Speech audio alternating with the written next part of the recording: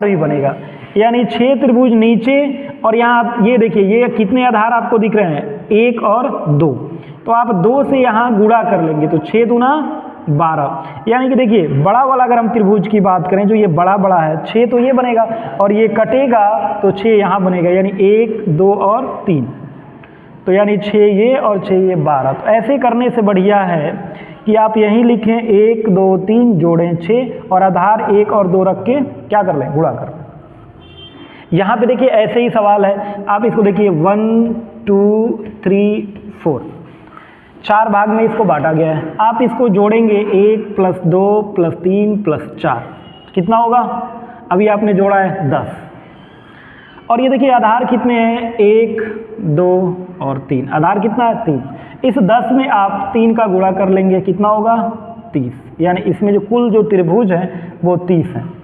देखिए ये एक पैटर्न के रहे सवाल और ये दूसरे पैटर्न के। अब कुछ ऐसे सवाल पूछ दिए जाएंगे जहां ये कॉन्सेप्ट लागू नहीं होगा, फिर भी हम इस क्वेश्चन को कर ले जाएंगे।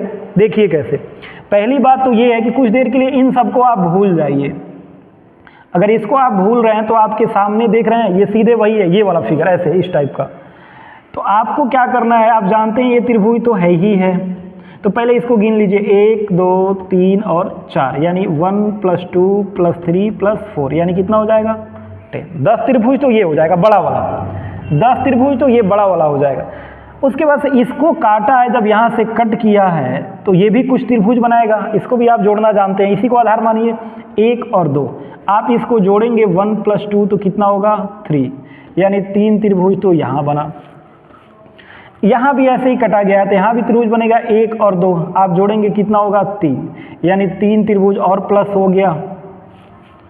एक ऊपर भी ऐसे कटा है 1 और 2, यहाँ आप ऐड करेंगे कितना हो जाएगा 3, तो 3 त्रिभुज और बना, यानी टोटल 10 और 3 3 मिले के ये कितना हो जाएगा 9, यानी 10 + 9 कितना हो जाएगा 19 त्रिभुज हो जाएगा, यानी इस फिगर में कुल मिला के 19 त्रिभुज हैं।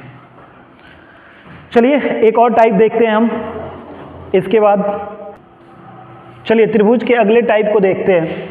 अब ये है, ये त्रिभुज यहाँ पे देखेंगे आप, ये एक वर्ग है और इसके शीर्ष को बांटा गया है, इसमें कितना त्रिभुज है, तो बड़ा आसानी से आप कह देंगे कि सर एक त्रिभुज ये है और ये ये है, यानी कि इसमें कुल मिला के 2 त्रिभुज बन रहा है। सेम ऐसे ही इसके जब दोनों शीर्ष मिला दिए जाएं, यानी कि चारों शीर्ष को मिला दिया जाए और 2 विकर्ण हो जाए, तब कितने त्रिभुज बनेंगे।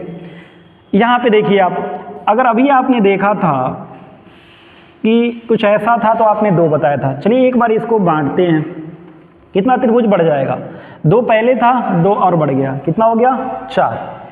अब इसको भी हम मिला दें, इधर से ऐसे ले जाएं, इसको कुछ देर के लिए भूलें तो ये 2 बढ़ा देगा, यानी कि कितना हो गया 6, और जब ये आके इसमें मिलेगा तो एक इधर बनेगा और एक इधर, यानी कितना त्रिभुज हो जाएगा 8।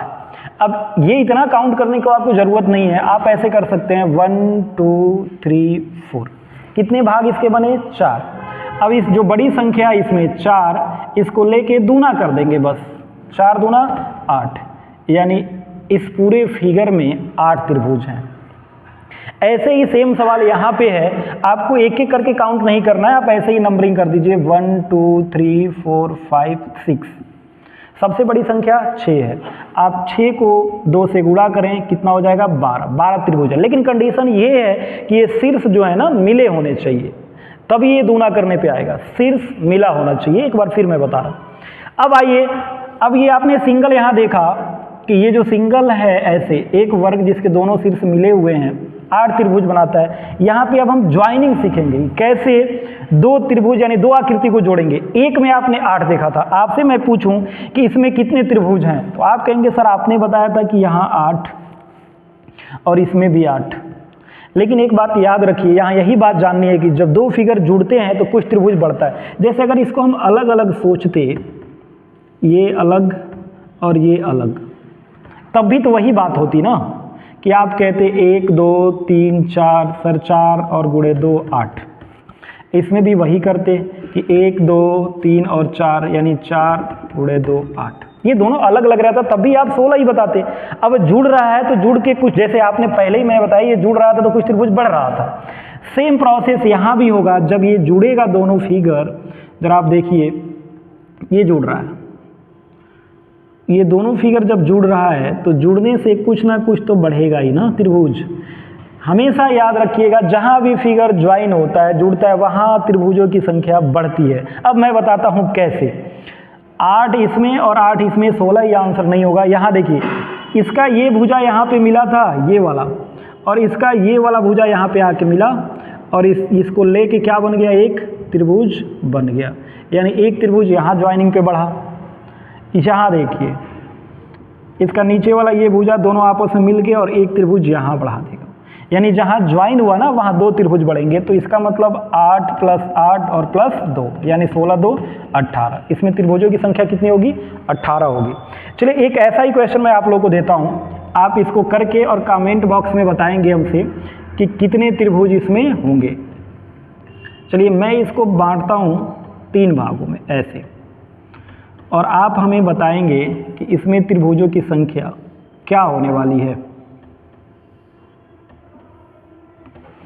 ठीक है, आप इसमें बताएंगे। और इस बेस पे मैं एक आपको और सवाल यहां दे देता हूं, आप इसको भी बताएंगे।